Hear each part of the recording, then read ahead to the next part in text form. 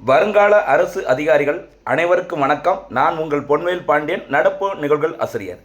இன்றைய தினத்தில் நாம் டிசம்பர் 19ஆம் தேதிக்குரிய நடப்பு செய்திகளை டிஎன்பிஎஸ்சியோட போட்டித் தேர்வுகளில் சமீப காலங்களில் எப்படிலாம் அந்த கரண்ட் அஃபேர்ஸை லிங்க் பண்ணி சப்ஜெக்டுடன் தொடர்புடைய ஸ்டாட்டிக் ஜிகே எப்படிலாம் கேள்வி கேட்குறாங்களோ அதன் அடிப்படை சூப்பராக நம்ம அந்த நடப்பு செய்தியில் தொகுத்து கொடுத்துருக்கோம். அதில் மாணவ நண்பர்களே ஒரு நல்ல நோட்டு போட்டுக்கோங்க, சூப்பராக எழுதிட்டு வாங்க, ஃபாலோ பண்ணிட்டு வாங்க, வாய்ப்பு கிடைக்கும் போதெல்லாம் ரிவிஷன் பண்ணிக்கோங்க. இந்த வருஷம் நம்ம என்ன பண்ணி ஆகணும்?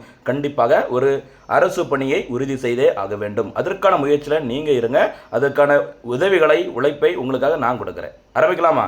இன்றைய தினத்துக்கான நடப்பு செய்திகள் டிசம்பர் 19ஆம் தேதிக்குரியது. ஃபஸ்ட்டு என்ன பார்க்க போகிறோம் அப்படின்னு பார்த்தீங்கன்னா, இன்றைய தினத்திற்கான முக்கியமான அந்த உள்ளடக்கங்கள் என்னென்ன தலைப்புகளை பார்க்க போகிறோம் அப்படின்னு பார்த்தீங்கன்னா, ஃபஸ்ட்டு டிசம்பர் 19க்கான கரண்ட் அஃபேர்ஸ் விபிஜி ராம்ஜி திட்டம், சரியா? MGNREGS என்று அழைக்கப்படும் அந்த திட்டத்திற்கு புதிய பேர் தான் இது தொடர்பாக பார்க்கலாம். அடுத்து 130வது, சரியா, ஜீரோ விடுபட்டுக்குமா, 130வது சட்ட திருத்த மசோதா மற்றும் மக்கள் பிரதிநிதித்துவ சட்டம், இந்த ரெண்டுமே எதற்காக செய்தியில் இன்னைக்கு வந்திருக்கு அப்படிங்கிறத பார்க்கலாம். அடுத்து ஒற்றுமையின் சிலை, சரியா, குஜராத்தில் இருக்க ஒற்றுமை சிலை வடிவமைத்த ராம் சுடர் அவர்கள் சமீபத்தில் காலமாக இருக்கிறாங்க. அந்த ஒற்றுமை சிலை ராம் சுடர் அவர்கள் தொடர்பான கூடுதல் செய்திகளை பார்க்கலாம். அடுத்தபடியாக இந்தியாவில் நடைபெறும் முக்கியமான ஒரு உள்நாட்டு கிரிக்கெட் தொடர் ஸ்மார்ட் கோப்பைன்னு சொல்லுவாங்க. சையது முஸ்டாக் அலி இந்த கோப்பை அப்படி சொல்லுவாங்க. அந்த போட்டியில் முதல் முறையாக ஜார்க்கண்ட் அணி சாம்பியன் படத்தை வின் பண்ணியிருக்கிறாங்க. அது தொடர்பான ஒரு டீட்டெயில் பார்க்கலாம். இறுதியாக இந்த தினத்திற்கான சூப்பர் 6 கேள்விகள், அது தவிர நடுவில் அப்பப்போ போனஸ் கேள்விகள், இதுக்கு முன்னாடி நம்ம பார்த்த நடப்பு செய்திகள், சரி, சட்டங்கள், திட்டங்கள் எதுவாக இருந்தாலும் சரி, இதுக்கு முன்னாடி என்னெல்லாம் பார்த்துருக்கோமோ எல்லாத்தையுமே தொடர்பு படுத்தி சூப்பராக பார்த்துருக்கோம். அதனால் மக்களே என்ன செய்யுங்க?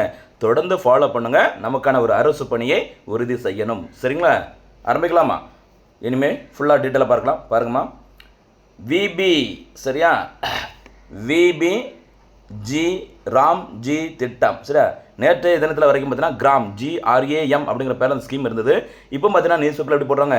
இந்த GRAM அதை ஜி தனியாக பிரித்து ராம் தனியாக போட்டுக்கிறாங்க. சரிங்களா?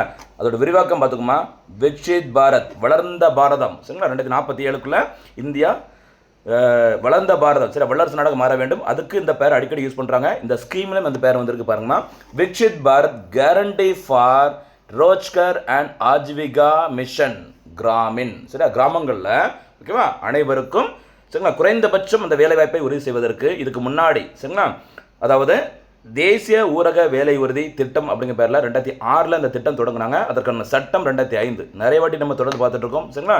அந்த திட்டத்தில் மகாத்மா காந்தி அவர்களின் பெயர் சேர்க்கப்பட்டது 2009ஆம் ஆண்டு. அந்த திட்டத்தை தான், சரிங்களா, இப்போ என்ன செய்ய போகிறாங்க? வேற ஒரு பேராக மாற்றி பண்ண போகிறோன்னு சொல்லியிருக்கிறாங்க. அதில் சில மாற்றங்களையும் கொண்டு வர போகிறேன்னு சொல்லியிருக்கிறாங்க. சரியாம்மா? பாருங்கள், தமிழரோட பேர் வளர்ந்த பாரத வேலைவாய்ப்பு மற்றும் வாழ்வாதார ஊரக உறுதியளிப்பு திட்டம் அப்படிங்கிற பேரில் தான் வைக்க போகிற சொல்லியிருக்கிறாங்க. இதோடைய பழைய பேர், சரிங்களா, அதாவது பழைய பேர் பார்த்தீங்கன்னா MGR, அதாவது இந்த விபிஜி ராம்ஜி என்பது MGNREGS திட்டத்தின் புதிய பெயராகும். சரியா? இதில் என்னென்ன மாற்றங்கள் சொல்லி பாருங்கம்மா. ஃபஸ்ட்டு, ஏற்கனவே அந்த மகாத்மா காந்தி தேசிய ஊரக வேலை உறுதி திட்டத்தின் மூலமாக 100 நாட்கள் வேலைவாய்ப்பு வழங்கப்பட்டிருந்தது. இனிமேல் அது 125 நாட்களாக அதிகரிக்கப்படுகிறது அப்படி சொல்லியிருக்கிறாங்க. அதுக்கப்புறம் மத்திய மாநில அரசின் நிதி பகிர்வு விகிதம் 60-40 60-40 அப்படிங்கிற விதத்தில் தான் இருக்குன்னு சொல்லியிருக்கிறாங்க. இதுக்கு முன்னாடி இந்த திட்டத்தின் கீழ், சரிங்களா, அந்த பணியாளர்களுக்கு வழங்கப்படும் அந்த ஊதியமானது 100% மத்திய அரசு கொடுத்தாங்க. இனிமேல் அப்படி கிடையாது. 60 ரூபாய், 100க்கு 60 ரூபாய் நான் கொடுத்துட்றேன், 40 ரூபாய் நீங்கள் கொடுத்துருங்க அப்படிங்கிற மாதிரி இந்த திட்டத்தில் சொல்லியிருக்கிறாங்க. இன்னொரு முக்கியமான விஷயம் பாருங்கம்மா, இமயமலை மற்றும் வடகிழக்கு மாநிலங்களில் உள்ள அந்த மாநிலங்கள், சில வடகிழக்கு மாநிலங்களுக்கு நிதி பகிர்வு விகிதமானது 90-10 அப்படிங்கிற மாற்றிருக்கிறாங்க. சார், 100க்கு 90 ரூபாய் மத்திய அரசு செலவு பண்ணுவாங்க, 10 ரூபாய் யார் செலவு பண்ணுவாங்க? அந்தந்த மாநிலங்கள். எங்கே இருக்கிற மாநிலங்கள்? இமயமலை மற்றும் வடகிழக்கு மாநிலங்கள். ஓகேவா? இதுக்கப்புறம் இன்னொரு முக்கியமான தகவல் பாருங்கம்மா, இந்த விபிஜி ராம்ஜி திட்டம் நடைமுறைக்கு வந்த பிறகு, சரி, சட்டம் அமலுக்கு வந்த பிறகு 6 மாதங்களுக்குள், எத்தனை மாதங்களுக்குமா? 6 மாதங்களுக்குள் மாநிலங்கள் புதிய சட்டத்தின் விதிகளுக்கு இணங்க ஒரு திட்டத்தை உருவாக்க வேண்டும் சொல்லியிருக்கிறாங்க. இதோட பின்னணி கொடுத்துருங்க பாருங்கம்மா, NREGA, சரி, நேஷனல் ரூரல் கேரண்டி ஆக்ட், சரியா, சட்டம் 2005ஆம் ஆண்டு. அதற்கான திட்டம் NREGS மாறினது 2006ஆம் ஆண்டு. அதுக்கப்புறம் அதில் மகாத்மா காந்தி அவர்களின் பெயர் சேர்க்கப்பட்ட வருஷம் 2009ஆம் ஆண்டு. அதுதான் இப்போ பேர் மாற்றிருக்கிறாங்க. பார்க்கலாம் என்ன நடக்க போகுது அப்படின்னு சொல்லிட்டு. டெய்லி நியூஸில் வந்துட்டு இருக்குது, நம்மளும் விட போகிறது கிடையாது. நல்ல மனசில் பதியட்டும். எத்தனை வாட்டினாலும் சரி ரிவிஷன் பண்ணிகிட்டே இருக்கலாம். நல்லது. ஓகேவாம்மா? அடுத்தபடியாக இன்னொரு முக்கியமான இந்தியன் எக்கனாமி, இந்திய பொருளாதாரம் தொடர்புடைய ஒரு நடப்பு செய்தி என்னன்னு பார்த்தீங்கன்னா, இந்தியா மற்றும் ஓமன் தடையற்ற வர்த்தக ஒப்பந்தம், ஒரு ஃப்ரீ ட்ரேட் அக்ரிமெண்ட் அப்படிங்கிற மாதிரி இந்தியாவிற்கும் ஓமன் நாட்டிற்கும் கையெழுத்தாக இருக்குது. இதில் என்னென்ன சிறப்பம்சங்கள், யார் அந்த ஒப்பந்தத்தில் கையெழுத்து போட்டாங்க அப்படிங்கிறத பார்க்கலாம். சரியா, தற்போது இந்தியாவின் சரியா மத்திய வர்த்தக மற்றும் தொழில்துறை அமைச்சராக இருப்பவர் பியூஷ் கோயல் அவர்கள். அவங்களும் ஓமன் நாட்டை சேர்ந்த வர்த்தகம், தொழில்துறை, முதலீட்டு மேம்பாட்டுத்துறை அமைச்சராக இருப்பவர் கைஸ் பின் முகமது அல் யூசப் ஆகியோரும் இந்த ஒப்பந்தத்தில் கையெழுத்து போட்டுக்கிறாங்க. சரிங்களா, யார் முன்னிலையில் அப்படின்னு பார்த்தீங்கன்னா பாரத பிரதமர் நரேந்திர மோடி அவர்கள் மற்றும் ஓமன் நாட்டின் சுல்தான் சரியா ஹைதம் பின் தாரிக் அவர்கள் 2 பேர் முன்னிலையில் சரிங்களா இந்த தடையற்ற வர்த்தக ஒப்பந்தம் மேற்கொண்டுள்ளது. ரொம்ப முக்கியமானது, கவனமாக இருந்துக்குங்க. இந்த ஓமன் நாடானது இதுக்கு முன்னாடி கடைசியாக 2006ஆம் ஆண்டில் சரிங்களா அமெரிக்காவுடன் இந்த மாதிரி ஒரு தடையற்ற வர்த்தக ஒப்பந்தத்தை கையெழுத்து போட்டுக்கிறாங்க.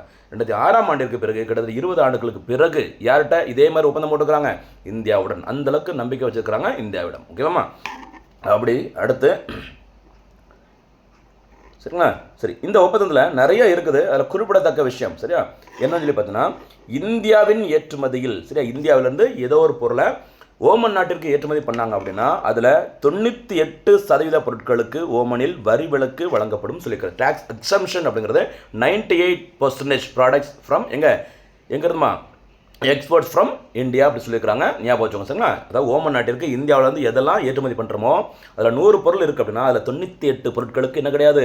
வரி கிடையாது அப்படின்னு யார் சொல்லியிருக்கிறாங்க? ஓமன் நாடு. அதே மாதிரி இந்தியாவிற்கு சரியா ஓமன் நாடு ஏற்றுமதி பண்ணாங்க அப்படின்னா, அதாவது ஓமன் நாட்டிலேருந்து இந்தியாவிற்கு இறக்குமதி செய்யப்படுது அப்படின்னா அதில் கிட்டத்தட்ட ஒரு 78% சரி 77.79% பொருட்களுக்கு வரி விலக்கு வழங்கப்படும். அதே மாதிரி இந்திய தரப்பில் என்ன சொல்லியிருக்காங்க அப்படின்னா, வேளாண்மை தொடர்புடைய பொருட்களுக்கு, அதாவது ஓமன் நாட்டிலிருந்து வேளாண்மையுடன் தொடர்புடைய பொருட்கள் இந்தியாவிற்கு வந்துட்டு இறக்குமதி பண்ணாங்க அப்படின்னா அதுக்கு வந்துட்டு வரி விலக்கு தர முடியாதுன்னு சொல்லியிருக்கிறாங்க. ஏன் அப்படின்னா அப்போ தான் இந்திய விவசாயிகளை பாதுகாக்க முடியும் அப்படின்னு சொல்லியிருக்கிறாங்க. சரி, அப்போ சமீபத்தில் ஒரு சூப்பரான தடையற்ற வர்த்தக ஒப்பந்தம் யாருக்கும் இடையே கையெழுத்தாகி உள்ளது? இந்தியா மற்றும் ஓமன், மறந்துடக்கூடாது. ஓகேவா? அடுத்த செய்தி போலாமா? ரொம்ப முக்கியமான இன்னொரு செய்தி. இந்த முக்கியமான நபர்கள் அப்படிங்கிற தலைப்பிலே ஒரு சில கொஸ்டின்ஸ் அடிக்கடி எக்ஸாமில் கேட்பாங்க. பிரபல சிற்பி ராம் சுதர் காலமானார். சரியா, யார் அப்படின்னு பார்த்தோன்னா உலகத்திலே உயரமான சரிங்களா நின்று கொண்டிருக்கும் அந்த உலகின் உயரமான சிலையை வடிவமைத்தவர் யாருமா பாருங்க, ராம் வஞ்சி சுதர் அவர்கள். அவருடைய 100வது வயசு சரியா செஞ்சுரி போட்டுட்டு அவுட் ஆகிருக்கிறாங்க. ராம் சுடர் அவர்கள் சரியா உத்தரப்பிரதேசம் மாநிலம் நொய்டாவில் அவங்களோட வீடு இருக்குது, அங்கே தான் இறந்துருக்கிறாங்க. யார்? உலகின் உயரமான சிலையான குஜராத்தில் அமைந்துள்ள ஒற்றுமை சிலையை வடிவமைத்தவர் சிற்பி ராம் சுடர். சமீபத்தில் காலமாக இருக்கிறாங்க. இவருடைய சொந்த மாநிலம் எதுன்னு பார்த்தீங்கன்னா மகாராஷ்டிரா. சரியா, மகாராஷ்டிரா மாநிலத்தில் பிறந்தவர். இதில் இவங்க இந்த ஒற்றுமை சிலையோட சிறப்பு என்னன்னு பார்த்தீங்கன்னா அக்டோபர் 31 சரியா 2018 நம்முடைய சர்தார் வல்லபாய் பட்டேல் அவர்களின் 143வது பிறந்த ஆண்டு சரிங்களா. அதை முன்னிட்டு அந்த சிலை திறக்கப்பட்டது. அந்த வல்லபாய் பட்டேல் அவர்களின் சிலை சரியா மொத்த உயரம் 182 மீட்டர் சரியா 182 மீட்டர் 597 அடி உயரம் கொண்டது. சரியா, இந்த சிலைக்கு தான் என்ன பேர் வச்சிருக்காங்க? ஒற்றுமையின் சிலை. சிதறி கிடந்த சுதந்திரம் பெற்ற பிறகு இந்தியாவில் இணைய மறுத்த நிறைய மாநிலங்கள், மாகாணங்களை என்ன பண்ணாங்க? ஒருங்கிணைத்தவர் நம்முடைய சர்தார் வல்லபாய் பட்டேல் அவர்கள். இரும்பு மனிதர் என்று அழைக்கப்படும் நம்பர். சரிங்களா, அப்படி ஒற்றுமையாக இருக்கணும் அப்படின்னு சொல்லி வலியுறுத்தியதுனால அந்த சிலைக்கு, வல்லபாய் பட்டேல் அவர்களின் சிலைக்கு என்ன பேர் வைக்கப்பட்டது? ஸ்டாச்சு ஆஃப் யூனிட்டி, ஒற்றுமை சிலை வைக்கப்பட்டது. இந்த சிலையோட சீஃப் ஆர்கிடெக்ட் யாருன்னு பார்த்தீங்கன்னா யாருமா? ராம் சுடர் அவர்கள். மறக்கக்கூடாது, ரொம்ப ரொம்ப முக்கியமான ஒரு நபர். சரி, சமீபத்தில் காலமாக இருக்கிறாங்க. சரி, இந்த ஒற்றுமை சிலை தவிர வேற எதில் வந்துட்டு இவங்க சாதனை படைச்சிருக்கிறாங்க, செய்தியில் வந்திருக்காங்கன்னு சொல்லி பார்த்தீங்கன்னா ராம் சுடர் அவர்கள் நாடாளுமன்ற வளாகத்தில் சரிங்களா தியான நிலையில் சரி தியான நிலையில் எப்படி ஓகேவா தியான நிலையில் அமைந்திருக்கும் மகாத்மா காந்திஜியின் சிலை மற்றும் அதே பார்லிமெண்ட்டில் குதிரை மீது கம்பீரமாக அமைந்திருக்கும் சரியா சத்ரபதி சிவாஜியின் சிலை, இந்த ரெண்டையுமே உருவாக்குனது யார் தான்? ராம் சுடர் அவர்கள் தான். இப்படி அவருடைய மகத்தான சேவையை பாராட்டுற மாதிரி மத்திய அரசானது 1999ஆம் ஆண்டில் பத்மஸ்ரீ விருதினையும் 2016ஆம் ஆண்டில் பத்ம பூஷன் விருதினையும் வழங்கி கௌரவித்துள்ளது. அப்போ ராம் சுடர் முக்கியமானது. சத்ரபதி சிவாஜி சிலை மற்றும் ஓகேவா மகாத்மா காந்தி சிலை ரெண்டுமே பார்லிமெண்ட் இருக்குது. குஜராத்தில் ஒற்றுமையின் சிலை மறக்கக்கூடாது. ரெண்டுமே உருவாக்கியவர். சமீபத்தில் காலமாக இருக்கிறாங்க. ரொம்ப ரொம்ப முக்கியமான நம்பர், கவனமாக இருக்கும். சரியாமா, அடுத்தபடியாக ஒரு முக்கியமான ஒரு விளையாட்டு செய்தி பாருங்க. ஜார்க்கண்ட் அணி முதல் முறையாக சாம்பியன் பட்டத்தை வின் பண்ணியிருக்கிறாங்க. என்னன்னு சொல்லி பாருங்க, சையது முஸ்டாக் அலி கோப்பை. ஷார்ட்டாக என்ன சொல்லுவாங்கன்னா ஸ்மாட்னு சொல்லுவாங்க. சரியா, சையது முஸ்டாக் அலி ட்ராஃபி, அதான் ஷார்ட்டாக ஸ்மாட்னு சொல்லுவாங்க. அதாவது 20 ஓவர் 2020 ஃபார்மேட்டில் தற்போது இந்த விளையாட்டு போட்டிகள் நடைபெற்று வருகிற ஒரு கிரிக்கெட் போட்டி தான் இந்த ஸ்மார்ட் கோப்பை. சரியா, சமீபத்தில் நடந்து முடிந்தது 18வது சையது முஷ்டாக் அலி கோப்பை. ஓகேவா, இந்த போட்டிகளில் கலந்து கொண்ட மொத்த அணிகளின் எண்ணிக்கை 32. சரிங்களா, சரியா, தமிழ்நாடு, மும்பை உள்ளிட்ட முக்கியமான அணிகள் கலந்துருந்தாங்க. இதில் இறுதிப் போட்டிக்கு முன்னேறிய அணிகள் எதுலான்னு பார்த்தீங்கன்னா ஜார்க்கண்ட் மற்றும் ஹரியானா. சரியா, இறுதிப் போட்டி மகாராஷ்டிரா மாநிலம் புனே நகரில் நடைபெற்றது. இந்த போட்டியில் சரியா ஜார்க்கண்ட் அணி சாம்பியன் பட்டத்தை வின் பண்ணியிருக்கிறாங்க. இந்த சையது முஷ்டாக் அலி கோப்பையில் இதுவரைக்கும் ஜார்க்கண்ட் அணி சாம்பியன் பட்டத்தை வின் பண்ணதே கிடையாது. அந்த அணி முதல் முறையாக சாம்பியன் பட்டத்தை வின் பண்ணியிருக்கிறாங்க. சரியா, ஜார்க்கண்ட் யாருடைய மாநிலம்? தல டோனி, MS டோனி அவர்களின் சொந்த மாநிலம். ராஞ்சி மறக்கக்கூடாது, விட்டுறக்கூடாது. சரிமா, அந்த மாநிலம் சூப்பராக ஒரு சாதனை படுத்திருக்கிறாங்க. டோனி இருக்கும்போது கூட இந்த கோப்பையை ஜார்க்கண்ட் அணி வின் பண்ணலை, இப்போ அது வின் பண்ணியிருக்கிறாங்க. ஒரு சிறப்பு வாய்ந்தது. சரியாம்மா, என்ன கேட்கலாம் அப்படின்னா, ஒருவேளை இப்போ ரஞ்சு கோப்பை இந்த விளையாட்டுடன் தொடர்புடையது, சையது முஷ்டாக் அலி கோப்பை இந்த விளையாட்டுடன் தொடர்புடையது, ஓகேவா, சந்தோஷ் கோப்பை இப்படிலாம் கேட்பாங்க. அந்த லிஸ்ட்டில் இதே மறந்துடக்கூடாது. சந்தோஷ் கோப்பை கால்பந்து, ரஞ்சு கோப்பை கிரிக்கெட்டு, சையது முஷ்டாக் அலி கோப்பை கிரிக்கெட்டு. ஓகேவா, அடுத்தபடியாக இந்தியன் கான்ஸ்டியூஷன் சம்மந்தப்பட்ட ஒரு நடப்பு செய்தி, சூப்பரான செய்தி வந்துருக்கு பாருங்க. கண்டிப்பாக சொல்கிறேன், ஒரு பெரிய லெவலில் அந்த நியூஸ் வரும். இந்திய அரசியலமைப்பு, சரி, அரசியலமைப்பு 130வது சட்ட திருத்த மசோதா 2025. ஓகேவா, அதாவது பார்லிமெண்ட்டில் ஆகஸ்ட் 2025 இந்த மசோதா தாக்கல் செய்யப்பட்டது. இது எதுக்கு அப்படின்னு பார்த்தீங்கன்னா, ஒரு அமைச்சரை பதவி நீக்கம் செய்ய வழிவகை செய்கிறது. சும்மா நீக்க முடியுமா? என்னன்னு பாருங்க, 2 கண்டிஷன் பாருங்க. 5 அல்லது அதற்கு மேற்பட்ட ஆண்டுகள் சிறை தண்டனை விதிக்கக்கூடிய குற்றத்திற்காக அந்த அமைச்சர் மீது குற்றம் சாட்டப்பட்டால், சரிங்களா, மேலும் அவர் தொடர்ந்து 30 நாட்கள் கைது செய்யப்பட்டு காவலில் வைக்கப்பட்டிருந்தால் பிரதமர் அல்லது முதலமைச்சரின் ஆலோசனையின் பெயரில் ஜனாதிபதி அல்லது ஆளுநர் அவரை பதவி நீக்கம் செய்ய முடியும் அப்படின்னு சொல்லியிருக்கிறாங்க. என்னம்மா, ஒரு MLA, MP, சரி, அமைச்சர்கள் யாரெல்லாம் பார்த்தீங்கன்னா ஒரு ஏதோ ஒரு குற்றத்திற்காக 5 வருஷம் சிறை தண்டனை தீர்ப்பு வழங்கப்பட்டு, அதுக்கப்புறம் தீர்ப்பு வழங்கப்பட்ட பிறகு கண்டினியூஸாக 30 டேஸ் 30 நாட்கள் அவங்க சிறையில் இருந்தாங்க அப்படின்னா 31வது நாள் என்ன செய்யணும்? அவங்களுடைய பதவி அவங்களே ரிசைன் பண்ணிட்டு, ராஜினாமா பண்ணிட்டு ஓடி போயிடணும். சரியா, இல்லாட்டினா சரியா மத்திய ஒரு பாராளுமன்ற உறுப்பினராக இருந்தாங்கன்னா பிரதமரின் ஆலோசனையின் பேரில் ஜனாதிபதி அவர்களும், சரிங்களா, மாநில அளவில் பார்த்தீங்கன்னா ஆளுநரின் ஆலோசனையின் பேரில் முதலமைச்சர் அவர்கள் மூலமாகவும் அவங்க வந்துட்டு என்ன செய்வாங்க? பதவி நீக்கம் செய்யப்படுவாங்க. அதே மாதிரி பிரதமரும் முதலமைச்சரும் இந்த லிஸ்ட்டில் வருவாங்க. அவங்களும் தப்பு பண்ணியிருந்தாலும் அதே மாதிரி தான். சரியா, ஓகே, அதான் சொல்லியிருக்கிறாங்க. சரிங்களா, 30 நாட்கள் ஜெயிலில் இருந்தாங்க அப்படின்னா 31வது நாளில் தானாகவே பதவி நீக்கம் செய்யப்படலாம். இல்லாட்டினா ஜனாதிபதி அல்லது ஆளுநர் அவர்களால் அவங்க பதவி நீக்கம் செய்யப்படுவார்கள், மறந்துடக்கூடாது. சரிவா, இதே போலவே அதே மாதிரி நம்ம ஏற்கனவே சொன்ன பாயிண்ட் தான் ரிப்பீட்டடாக வருது பாருங்க. இதே போலவே தொடர்ந்து 30 நாட்கள் தடுப்பு காவல் இருந்த பிறகு பிரதமர் அல்லது முதலமைச்சர் ராஜினாமா செய்ய வேண்டும். தவறினால் அதற்கு அடுத்த நாளிலிருந்து அவர் பதவியிலிருந்து விலக்கப்படுவார். சரிங்களா, இது எதற்காக அப்படின்னு சொல்லி பார்த்தோன்னா, இது இந்திய அரசியல் தலைவர்கள் சிறையில் இருந்தபடியே பதவியில் நீடிப்பதை தடுப்பதை நோக்கமாக கொண்டது. சரியா, 1000 தப்பு பண்ணிட்டு, சரியா, அசால்ட்டாக நான் MP MLA இருந்தால் கூட ஜெயிலில் இருப்பாங்க. ஆனால் அவங்க தொடர்ந்து பாராளுமன்ற உறுப்பினராகவோ சட்டமன்ற உறுப்பினராகவோ இருப்பாங்க. அப்படி நீ குற்றம் செஞ்சுட்டு ப்ரூஃப் ஆகி உனக்கு தண்டனை கிடைச்சதுக்கப்புறமும் நீங்கள் பதவியில் இருக்கக்கூடாது அப்படின்னு சொல்லிட்டு தான் இந்த சட்ட திருத்த மசோதா கொண்டு வந்திருக்கிறாங்க. எத்தனை சட்ட திருத்த மசோதா? 130வது சட்ட திருத்த மசோதா, மறக்கக்கூடாது. இந்த 130வது இந்திய அரசியலமைப்பு சட்ட திருத்த மசோதா குறித்து ஆய்வு செய்வதற்காக பாஜக MP அபராஜிதா சாரங்கி தலைமையிலான ஒரு நாடாளுமன்ற கூட்டுக்குழு அமைக்கப்பட்டுள்ளது. சரிங்க, அவங்க இன்னும் எக்ஸ்ட்ரா டைம் கொடுங்க, இதை பற்றி இன்னும் டீட்டெயிலாக நம்ம வந்துட்டு ஆராய வேண்டும் அப்படின்னு சொல்லிட்டு ஒரு எக்ஸ்ட்ரா சில டைம் கேட்டுருக்குறாங்க. அதனால இந்த நியூஸில் வந்திருக்கு, கவனமாக இருந்துக்குமா, ரொம்ப முக்கியமான செய்தி. ஓகேவா, சில நேரத்தில் அந்த மசோதாக்களை கொடுத்து இப்படி கேட்கலாம். சரி, இது இப்போ சொல்லிட்டு இருக்கிறாங்க. இதுக்கு முன்னாடி இதே மாதிரி அந்த MLA MPக்களை தகுதி நீக்கம் செய்வதற்கு, சரிங்களா, எது பயன்படுத்தப்பட்டது?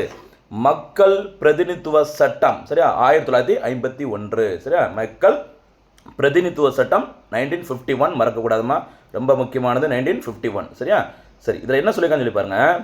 இந்த சட்டத்தினை, மக்கள் பிரதிநிதித்துவ சட்டம் 1951 நாடாளுமன்றத்தில் அப்போதைய இந்திய சட்ட அமைச்சர், சரி, முதல் சட்ட அமைச்சர் யாருமா? பாரத் ரத்னா, சரியா, திரு டாக்டர் BR அம்பேத்கர் அவர்களால், ஓகேவா, இந்தியாவின் முதல் பொது தேர்தலுக்கு முன்பாக, ஓகேவா, போனஸ் கேள்வி கேட்கலாமா?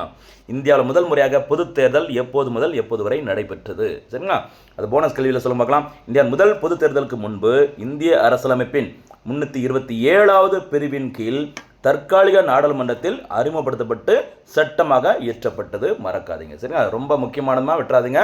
இதுதான் இப்போதைக்கு நடைமுறையில் இருக்குது. இதுக்கு பதிலாக தான் கிட்டத்தட்ட எதோ கொண்டு வர போகிறாங்க, அந்த 130வது அரசியலமைப்பு சட்டத்திருத்த மசோதா பார்க்கலாம், சரிங்களா? இந்த சட்டத்தின் கீழ் மக்கள் பிரதிநிதித்துவ சட்டம் 1951 கீழ் குறைந்தது 2 ஆண்டுகளுக்கு மேலாக சிறை தண்டனை பெற்றால் தண்டனை காலம், அதாவது 2 வருஷமோ 3 வருஷமோ 5 வருஷமோ, சரியா, அந்த தண்டனை காலம் மற்றும் அதுக்கு பிறகு 6 ஆண்டுகளுக்கு நாடாளுமன்றம் மற்றும் மாநில பேரவைகள் உறுப்பினர் ஆகாத முடியாதபடி தகுதி நீக்கம் செய்யப்படுவார். ஞாபகம் வச்சுக்கோங்க, மக்கள் பிரதிநிதித்துவ சட்டம் 1951 அதன்படி 2 வருஷத்துக்கு குறைந்தபட்சம் 2 ஆண்டுகளுக்கு மேலாக சிறை தண்டனை பெற்றிருந்தாங்க அப்படின்னா தண்டனை காலம் முடிஞ்ச பிறகு அடுத்த 6 ஆண்டுகளுக்கு என்ன செய்ய முடியாது, எந்த ஒரு எலெக்ஷன்லையும் போட்டியிட முடியாது. இது இந்த சட்டம், சரிங்களா? இதில் சில மாற்றங்களை கொண்டு தான் அந்த 130வது அரசியலமைப்பு சட்ட திருத்தம் கொண்டு வந்திருக்கிறாங்க, மறந்துடக்கூடாது, சரிங்களா? இதில் இன்னொரு போனஸ் சொல்லி கேட்கலாமா? உங்களுக்கு அதான் சொல்கிறோமா, இது 130, சரிங்களா? 128 மற்றும் 130வது இந்திய அரசியலமைப்பு சட்ட திருத்த மசோதா எதனுடன் தொடர்புடையது? மறக்காம போனஸ் கேள்வியாக சொல்லுங்க, எல்லாம் உங்களுடைய நன்மைக்காக சொல்கிறோமா, மக்களே கவனமாக இருக்கும், சரிங்களா? அடுத்து இன்றைய தினத்திற்கான சூப்பர் 6 கேள்விகள், சரிங்களா? முதல் சூப்பர் 6 கேள்வி, விபிஜி ராம்ஜி திட்டத்தின் விரிவாக்கம் என்ன? எத்தனை வாடினா நான் கேட்டுட்டு தான் இருப்பேமா, உங்களுக்காக தான், ரிவிஷனுக்காக. இரண்டாவது சூப்பர் 6 கேள்வி, இந்தியா சமீபத்தில் எந்த நாட்டுடன் தடையற்ற வர்த்தக ஒப்பந்தத்தை மேற்கொண்டுள்ளது? மூன்றாவது சூப்பர் 6 கேள்வி, ஒற்றுமை சிலையை வடிவமைத்தவர் யார்? ஒற்றுமை சிலை எப்போது திறக்கப்பட்டது? டீட்டெயில்ஸ் சொன்னால் நல்லாயிருக்கும், யார் பேரில், அது எந்த நதிக்கரை, எந்த தீவில் அமைந்துள்ளது, எல்லாமே சொன்னீங்கன்னா ரொம்ப சிறப்பாக இருக்கும், சரிங்களா? அடுத்து இந்திய அரசியலமைப்பின் 130வது சட்டத்திருத்த மசோதா எதனுடன் தொடர்புடையது? ஆறாவது மற்றும் இறுதி சூப்பர் 6 கேள்வி, மக்கள் பிரதிநிதித்துவ சட்டம் எப்போது இயற்றப்பட்டது? இதாம்மா இந்த தினத்திற்கான சூப்பர் 6 கேள்விகள். சூப்பராக வீடியோ பாருங்கள், நல்லா முயற்சியில் எடுங்க. கண்டிப்பாக என்னோட ஹார்ட் ஒர்க்கை உங்களுக்கு அப்படியே முழுசாக கொடுப்பேன். தேர்வில் நம்ம வெற்றி பெறலாம். மீண்டும் சந்திக்கலாம். நன்றி, வணக்கம்.